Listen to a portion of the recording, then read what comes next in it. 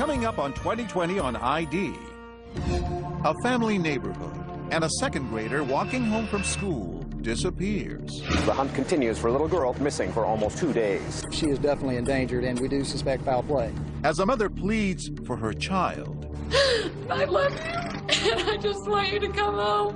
the search uncovers a shocking truth. A neighborhood filled with known sex offenders. You're making my child walk in a jungle of monsters every single day. And families wondering, are there more predators lurking? Every person I see, I'm in my mind, I wonder. What happened to Summer Thompson? I want to know what this monster did. A mother torn by grief. A community determined to help. We both looked at each other, and it was like we had to do something. And a killer with no place to hide. Watch out, we're coming. We're gonna get you. Welcome to 2020 on ID. I'm John Quinones. It is said that there's no greater bond than the one between a parent and a child. So when 7-year-old Summer Thompson didn't come home from school one day, her mother Dina began a desperate search. But as Chris Cuomo first reported in 2010, finding Summer would only be the beginning. Dina would soon learn that things in her tight-knit community were not as they seemed. It seemed like a page right out of the 1950s. Orange Park, Florida was a Norman Rockwell town where kids played on manicured lawns and lined up for the ice cream truck year-round, where neighbors chatted in each other's front yards and kept a watchful eye out for trouble. This was little 7-year-old Summer Thompson's playground.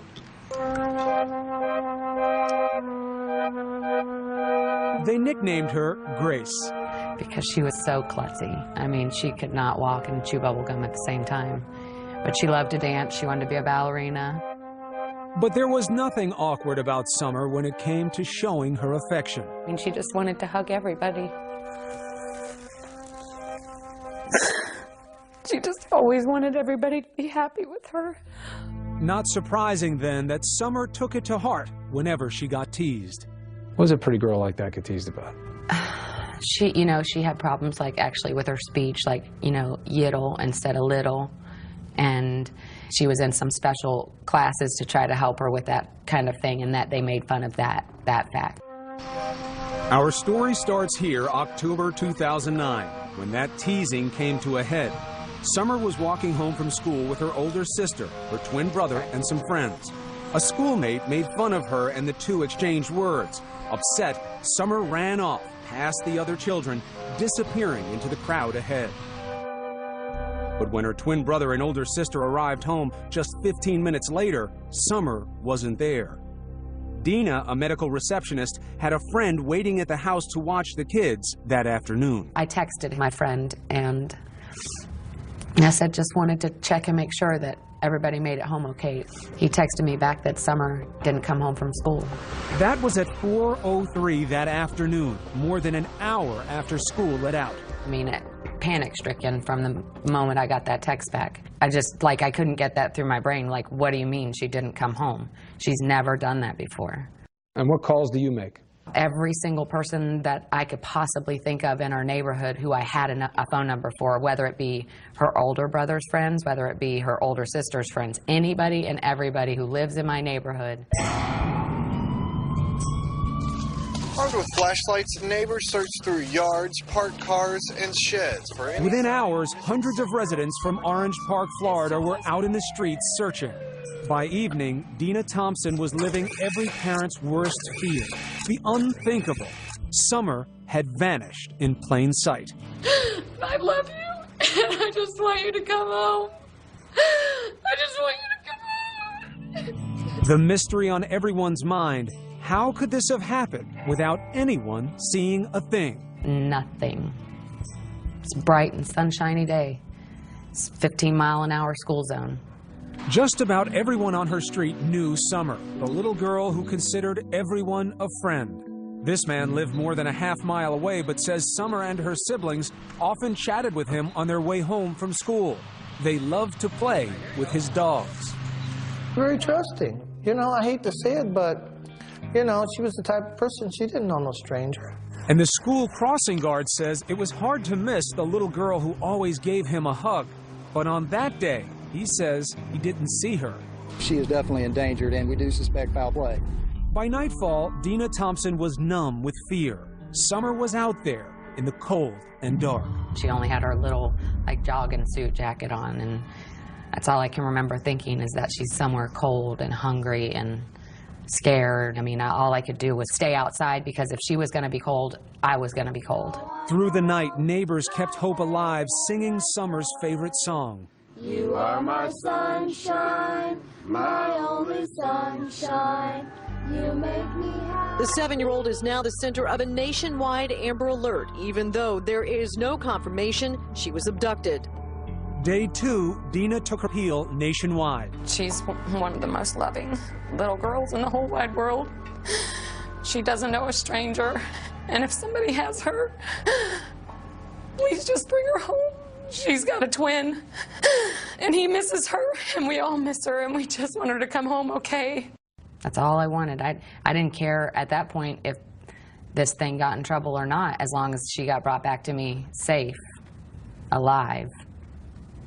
Were you believing at that point? Maybe. No, I can't explain it, but I just knew that she was gone. On a hunch, one detective thought to search the dumpsters, but they'd already been collected and were headed off in 23 different trucks to a landfill in Folkestone, Georgia. Police halted the trucks en route and began sorting through 564 tons of garbage, looking for one little girl. With deep regret and sadness that I have to inform you that a body has been found. 48 hours after Summer went missing, the world finally heard the news, which Dina Thompson had already known deep down in her gut. All I remember is losing it. I mean, literally losing it. Neighbors telling me they could hear me, the shrills across the street. The senselessness of it. Why mine? Why anyone's? And my baby was thrown in the trash. How could you do that? How could anyone do that? Pray for her. Then she goes home. Oh. Within hours, police were on the trail of a monster. There is a child killer on the loose, and that's why we're going to catch this person and bring him to justice. This house, which was being renovated at the time, was their first stop. It was the last place anyone said they'd seen Summer alive. He says he was at this home Monday afternoon, and Summer ran up to the place and told workers they were doing a good job on the renovations. According to reports, there was another reason police were possibly interested in this house. The rug, which Summer's body was allegedly wrapped in, may have come from the construction dumpster there. According to these Clay County public records, Vincent Design and Build is the construction And then, company. what seemed like a huge red flag. One of the men working at the construction house was a registered sex offender. But the community was in for another shock. Turns out being a registered sex offender here, in this seemingly pristine neighborhood, is all too common.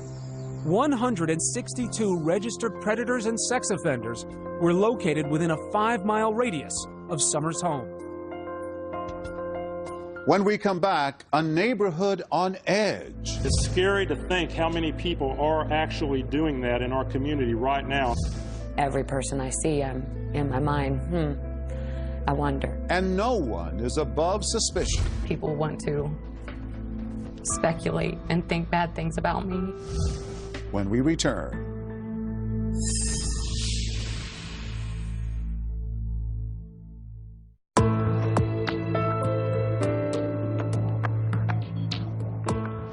Seven-year-old Summer Thompson has vanished while walking home from school. As police continue their investigation, early clues point to someone nearby. But are they looking in the right direction? Once again, Chris Cuomo. As the hunt continues for a little girl. Wearing a red jumpsuit, she had a red bow in her ponytail. The missing 7-year-old's mother pleaded for her daughter's return. You don't do this to a little baby and put my baby in the trash. After Summer Thompson disappeared, the residents of Orange Park, Florida were stunned to learn that their children had been walking through a virtual minefield of registered sex offenders each day. 162 living in just a 5-mile radius of Summer's home. It's scary to think how many people are actually doing that in our community right now. And I'm talking not in dozens, I'm talking hundreds of cases that we've got out there. It's a very scary thing. Had you any idea? No. Another surprise for Dina Thompson was that early on, she and her friends were under suspicion because in many other missing child cases, family members have been implicated. That's one of the things that hurts me the most, that people want to speculate and think bad things about me. When it came out how many predators were in the neighborhood, Dina says she took more heat for being a single working mother who let her kids walk home themselves from school. But that decision was really made by the state of Florida. By law, because Dina lived less than a mile away from school, her kids weren't eligible for busing. Unbelievably, in Florida and 22 other states, registered sex offenders can live and work within 1,000 feet of a school. That makes no sense to me. You're making my child walk in a jungle of monsters every single day walking home from school. According to these Clay County public records, Vincent Design and Build is the construction company working on the vacant home on Gano Avenue. George Vinson was one of those offenders. He worked at that construction house along Summer's route from school. But Vinson hadn't worked there that day, and his story checked out. The two men who had been there were also cleared. By all accounts, Summer had left this house alive. Within days, police had accounted for the whereabouts of all registered sex offenders in the area. But Dina Thompson couldn't shake the feeling that the killer was still nearby, watching. Every person I see, I'm in my mind, I wonder. Neighbors told us they too eyed each other with suspicion. Just it makes you just not feel comfortable and not feel safe in your own neighborhood. It's a shame. Several of them voiced concerns about an older man living just down the street, known as Grandpa Charlie, whom they said often took little girls for rides on his bicycle. But further investigation cleared Grandpa Charlie of any connection to Summer's murder. Police then turned their attention to another man. This one lived closer to Summer's school. There's only one house between the one where Summer was last seen and the corner where the crossing guard says he never saw Summer pass by.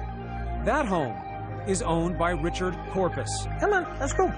Corpus is a 55-year-old handyman who works out of his home and spends a lot of time talking to kids. I'm always outside. I mean, I see the kids in the morning, I'm loading up my equipment. I see them in the afternoon. I'm, coming in from cutting grass. I got lots of kids that pass by. We first met Corpus a few weeks after Summer was killed. We found him standing at the corner near his house, greeting children on their way to school. Here he is pulling out his new puppy from inside his vest. He says kids love dogs. I still will go out and greet kids and let them pet my little dog, because I think it brings happiness to the kids in the neighborhood. Corpus says he used to find Summer with her face pressed up against his chain-link fence. Just so the dog will go and lick her face. Because she always ran out to pet every animal. Dina knew her daughter was drawn to dogs, and it had always worried her. It would drive me crazy. I'd be like, Summer, I know you love animals, but you don't know these people, and there's bad in this world, and it would hurt Mommy so bad if you never came back. And my worst nightmare is here. Over the next month, police honed in on Corpus. He says they seized his computers and monitored his calls. I'm not a predator, but I can tell you this, every time the police walk in my house, I start shaking. I know they're following me. I know that they're into my computer, looking, analyzing, and I'm not trying to get emotional, but I'm telling you quite honestly, there's 30 kids right now that are waiting for a Santa Claus. That's because Corpus usually plays Santa at the local Filipino club each year, but not anymore. Because I'm afraid one of these parents will turn around and try to make me out something that I'm not, but just a good, kind man. Corpus says the neighbors had it all wrong. He says he wants to protect the children. I really watch these kids. It's like when they come home from school, when they go into school, like especially at the end of school. But, the reason I watch the kids is because I'm scared for their safety. When we get back, police keep Corpus in the crosshairs, but turn their attention in a new direction. Why did the shed at this house suddenly disappear? He would run from the shed back there and just run back and forth, back and forth. He'd be out there sometimes 5:30 in the morning just running. New suspect comes into focus. Stay with us.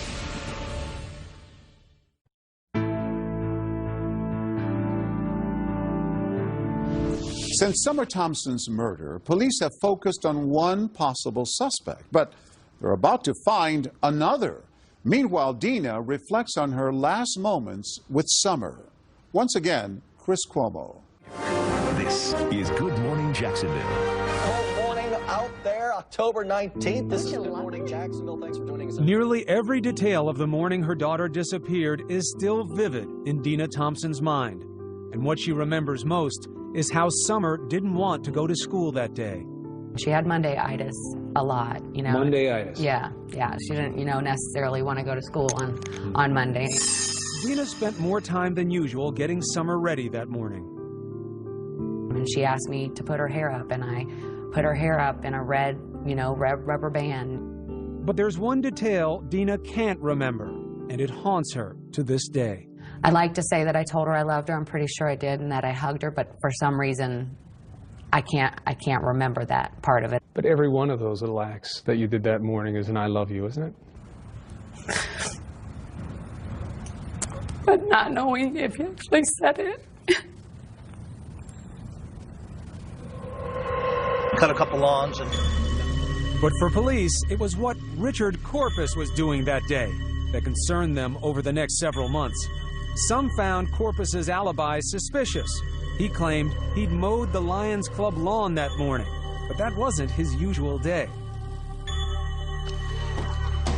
He claims he got back home just as the children were getting out of school and unloaded most of his equipment into his garage, even though he was supposedly heading back out to mow another lawn.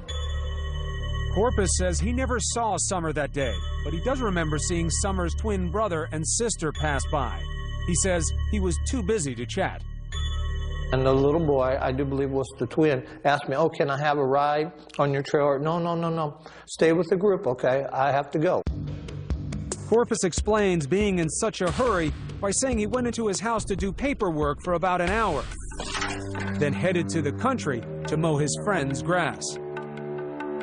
Police would later search his truck for blood and fingerprints. But police were putting so much manpower into Corpus, they were missing something right under their noses. Investigators had spent most of their time on this house, Corpus's house, because the crossing guard at this intersection said he didn't see Summer. But what if he missed her? If Summer had moved just a little bit farther down this street, Gano Ave, just 2 houses down, there is a home that holds many secrets. Turns out police already had a sex crime investigation pending on a 24-year-old man named Jared Harrell, who lived in this house. But police didn't know that because he'd given them a fake address. It took this couple to put the pieces together. Hair stood up on the back of our necks. We both looked at each other, and it was like we had to do something. Rod Buchanan is a local landscaper. His wife, Lisa, is a nurse. 2 days after Summer's body was found, they were driving down Gano Ave. This is the house here. The vehicle was pulled right there in the driveway. When they spotted Jared Harrell's car at this place, just 3 houses down from the last place Summer was seen alive. Just a gut instinct, just get that sick, icky feeling. We got goosebumps. 2 months earlier, the Buchanans say their children had discovered Harrell's chilling secret. It started when they say they found he'd been stealing things from them while living at their apartment and asked him to move out. They say Harrell left immediately, but he left behind his computer. That would be a mistake. They decided to search the computer at that point, and that's when they found, it was right there on the desktop. It was no effort made whatsoever to hide the material. They told their parents they found child pornography on Harrell's computer, a lot of it. Our daughter and her fiance both are just extremely distraught over what they saw on his computer. Hardcore stuff. Yes, sir. Stuff that our children shouldn't have seen. Should have never had to see. As soon as they made the alleged discovery, Rod took his wife and daughter to the police to turn over the computer. Flash forward 2 months to October. And then you hear of really profound tragedy. Summer disappears. Yeah. And did you know when you got that news about Summer where Harold was living, that he was on Gano Avenue at the time? You know, it's like surreal. You see this child went missing and your heart just goes out for that family and you don't think anything about you or your family at that point. And then we started thinking about it and we're like, wait a minute, Jared lives over there. Rod and Lisa say they drive by Harold's mother's house on Gano Avenue and discover his car parked outside. We both looked at each other and just go, oh, wow. At the time, police were still combing the area for clues to Summer's killer. Rod and Lisa say they drove to the command center and spoke to the lead detective. We informed him that our children had turned in a computer that contained a lot of child pornography and that Mr. Harold was being investigated by the sex crimes unit. So was the detective able to tell you whether or not they had put this together before you gave him information? No, they had not. He was being investigated on child porn only. And not only did the police not know what you knew, but they had been misled by Harold. Correct. And couldn't place him in the vicinity of Summer even if they'd wanted to. Correct. Correct. Public records show Harold's family had moved out weeks earlier, but neighbors say Harold was still coming and going from the house on Gano Ave even after the family moved. Still, could police put Harold in the house the day Summer disappeared? The holidays arrived and Dina Thompson still had no face to put on the monster who killed her little girl and threw her in the trash. What is the hardest part in all of this emotionally for you to deal with? Just knowing that I'm never going to get to see, you know, her look up at me and smile. I feel like I'm stagnant water. I'm in neutral. I can't move forward until I have some of these answers answered for me. I have to know for my own peace of mind what happened to her. You don't think knowing some things like that could destroy you? No, I think that what I have built up in my mind can't be any worse than what they're going to tell me. Just a few blocks away, detectives were still keeping surveillance on Richard Corpus and waiting for his DNA results from the lab. But in early January, police got some news. Richard Corpus's DNA was not a match. That moved Jared Harold to the top of the list, and investigators set out to get his DNA for testing. But in many ways, Harold seemed an unlikely suspect. It appeared he came from a civic-minded family, well-regarded in the community. His stepfather, General Daly, had been highlighted on a local station for his volunteer work during emergencies. General Daly is part of the Duval County Amateur Radio Emergency Services. And Harold's mother, Annis Daly, was a marketing manager for a local chamber of commerce. Her business profile boasts a loving family.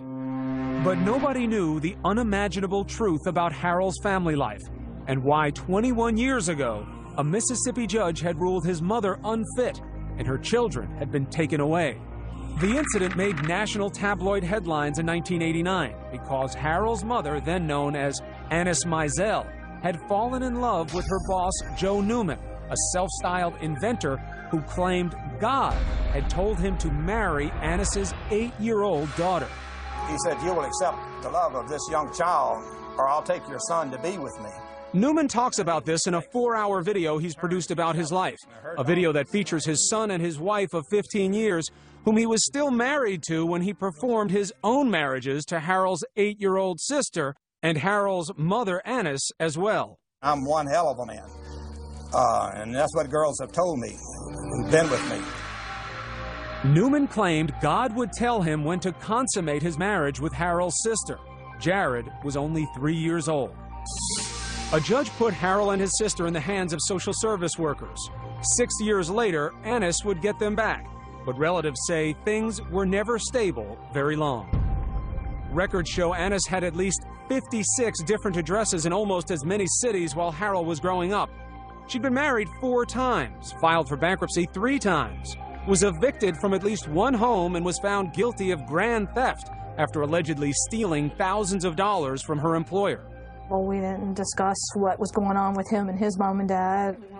All this came as a shock to Lisa and Rod Buchanan, who had known Harold's current stepfather from their church for several years and never guessed Jared was so troubled.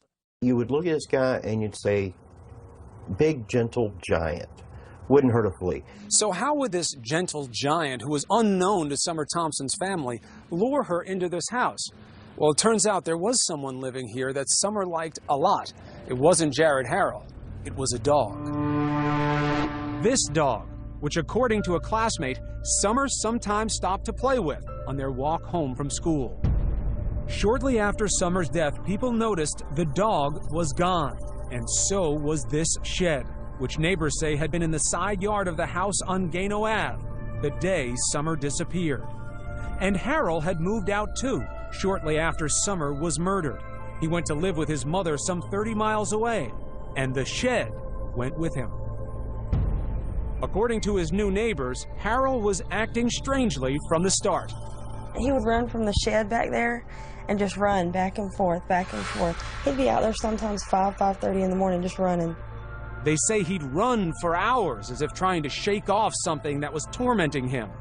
Just like crazy running, like a kid would run when they're mad. And around January, they also started noticing something else. Suddenly, police were staking out their neighborhood. They would sit like at the end of the road and other people's driveways. Then suddenly, Harold vanished. He fled to Meridian, Mississippi, not far from where he was born. He'd gone to stay with his aunt, who, according to her postings on the internet, is a self-proclaimed artist of the macabre, exhibiting a fascination for death, tortured bodies, and mutilation.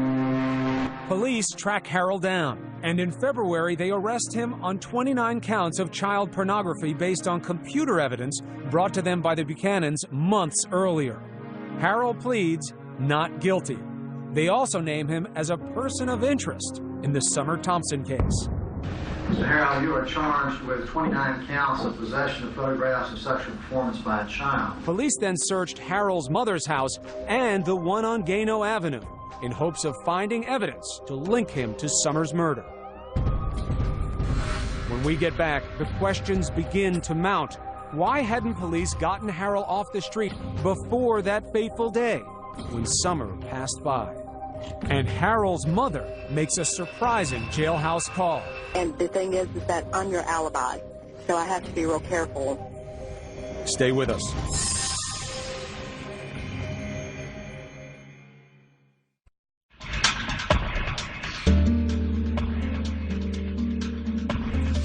Jared Harrell is in jail on child pornography charges, and police have named him a person of interest in Summer Thompson's murder. But why had it taken so long to arrest him? And would authorities find enough to prove their case? Once again, Chris Cuomo. Police worked late into the night as they searched both houses where Jared Harrell lived, looking for evidence to link him to the murder of Summer Thompson. I never really noticed him. I never really suspected this guy. 2 houses away, Richard Corpus, the man who police had suspected for months, was breathing a sigh of relief. If I didn't have a family, I'd probably be dead. I probably would have killed myself around Christmas. Because that's how deep it got to me. Because I couldn't clear my name. In the meantime, Jared Harrell was sitting in a Mississippi jail on $1 million bond. A few days after his arrest for child pornography, Harrell's mother gives him a call. Keep your chin up, keep your mouth shut, and get an attorney. Trying, just don't believe anything. Honey, I don't believe anything. Trust me. And the thing is that I'm your alibi, so I have to be real careful. Police records say Harrell and his mother both claim they were together during the critical hours that Summer disappeared.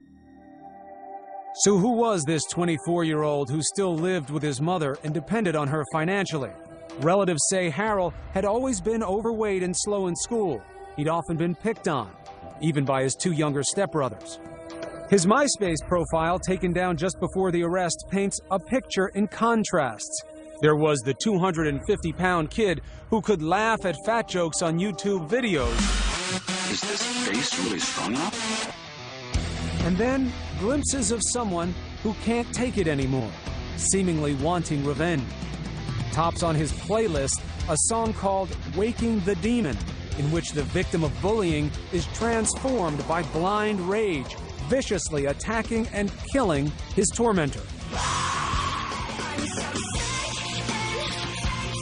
A peek into the mind of someone who's about to snap, or nothing more than just teenage angst. We were lucky that when they threw him out that he didn't go off the deep end and kill him. To be honest with you, that's what I thought. Rod Buchanan's daughter, Katie, was Harold's former roommate.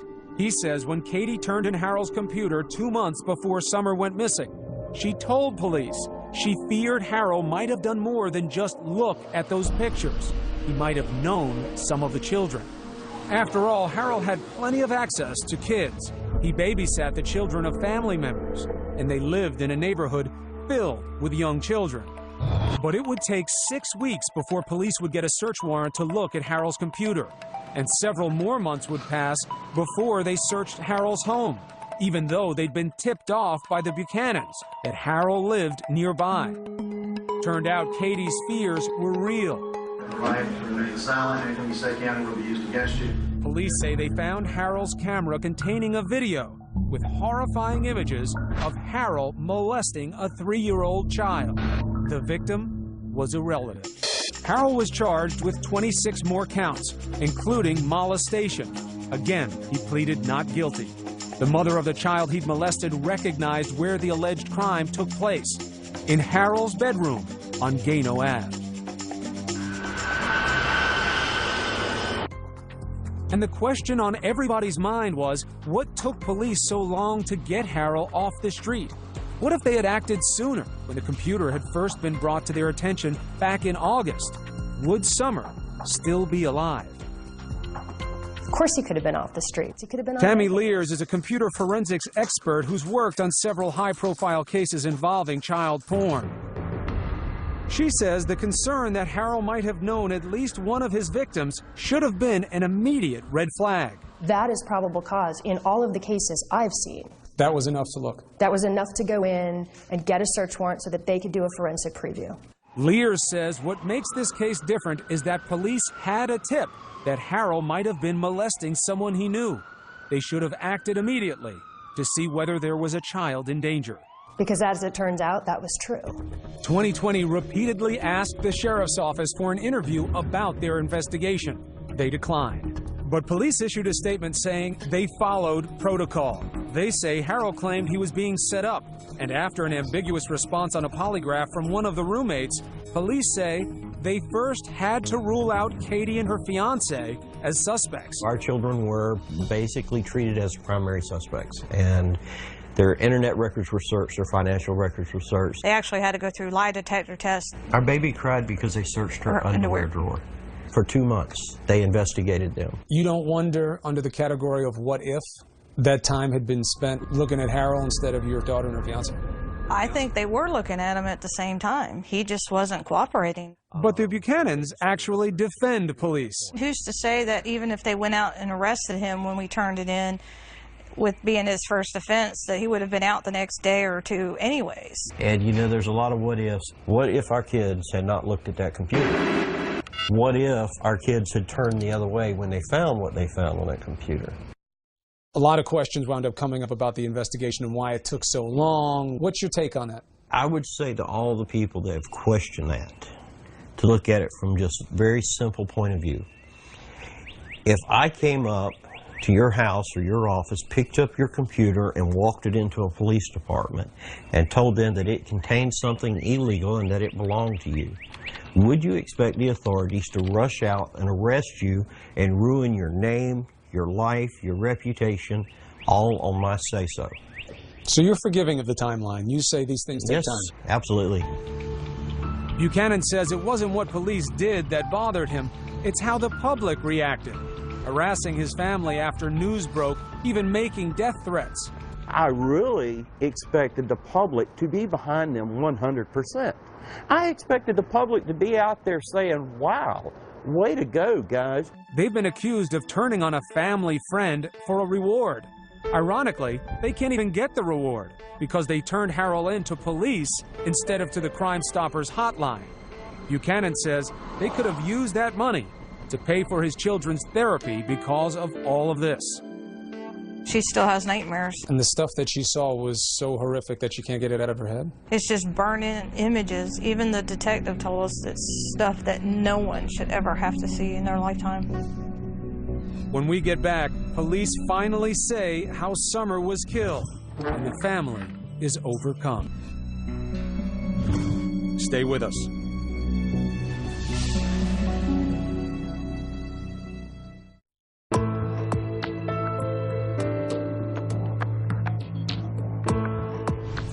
Watch out, we're coming.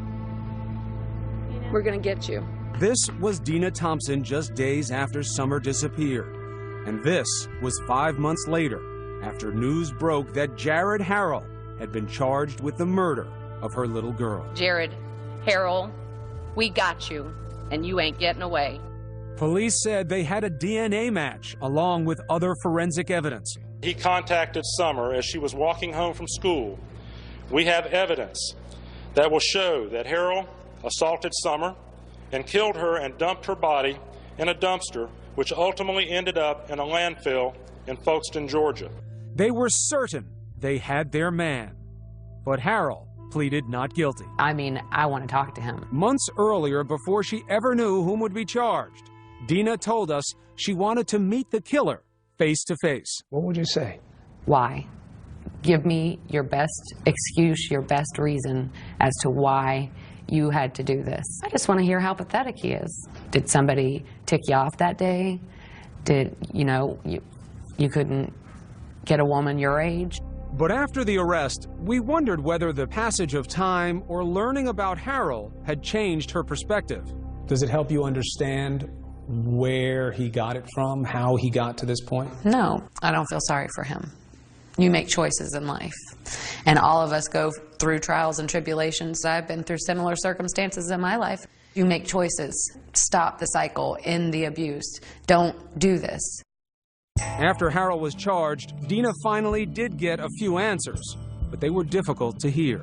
Just hearing asphyxiation, that's enough to destroy you. To break you down. While Dina was talking, her sister was overcome and fainted. At the press conference, your own family couldn't take it, hearing it. You still have a desire for detail with something like this? I have to know. And I feel like I deserve to know the intimate details of what happened to her. She was my baby. She was my responsibility. And I want to know what this monster did. I was there when she came in, and I want to know if she had to suffer when she went out. And after all the shocking information this manhunt has unearthed about her neighborhood, Dina told supporters, I'm glad he's behind there, but there's many more lurking in the depths, and that's what we've got to try to figure out, how to get to them. Nobody's safe. What hurts the most is that as a parent, I feel like I failed. Do you blame yourself? Absolutely. Why? Because I'm her mother and I was supposed to protect her. I was supposed to keep her safe. And I failed at that. You failed. You failed by sending her off that morning, doing her hair and telling you that you loved her and sending her with her brother and sister like you did every other day? I know that it doesn't make sense. It doesn't have to make sense though, right? Not to a mom. But at some point you have to let that go, right? I guess eventually, I don't know when that'll be. Dina says right now she wants Harrell to get the death penalty, but she finds little comfort in seeing justice served. You set yourself up to think that it's going to make it all better. You're going to be normal again. And I won't ever be normal again. My normal. Dina says she has a new normal, advocating for children. Yes. She wants laws changed, allowing Amber Alerts to be issued sooner, getting predators away from schools, and allowing all children to ride the school bus. God's given me a big mouth, and I plan on using it. To start, Dina kicked off the newly formed Summer Thompson Foundation at a benefit concert. I am officially reclaiming our children's innocence and their safety. These animals will not get us, we'll get them. Justice for Summer means justice for children. She says it was a moment of healing for the whole family, especially hearing this from Summer's older sister, Abby. Just know that Summer's never going to be gone. She's always going to be in your heart. And it was a moment of triumph, too, when Abby and her brother sang their tribute to Summer. You'll never know, dear, how much I love you. Seeing your family be strong, seeing them be happy and having joy in life, that's the power. And for Summer's twin, a mother's special wisdom to help him carry on. He's asked me, do you think that she has her invisible eyes where she can see through the roof and see through the top bunk and see me? And I said, she's got her invisible eyes. And I tell him that he'll see her in his dreams, and that someday, none of us know when, we'll all be back together. And I said, it will be like you were never apart. You have a message for parents. What is it? What do you want to tell parents like me? Your child could be taken in the blink of an eye, and you'll never see them again. And that is the worst feeling I can even imagine. If they want to do something with you and you think they're going to make a bigger mess, so what?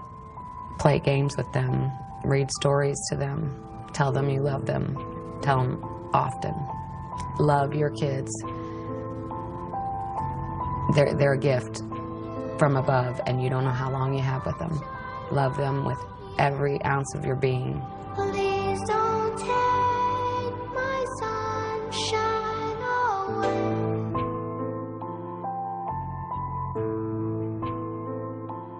Jared Harrell later pled guilty to the murder of Summer Thompson.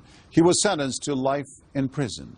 As of 2015, the changes to the laws that Dina advocated for have yet to be enacted, but she continues to hope they one day will be. I'm John Quinones. Please join us next time for another edition of 2020 on ID.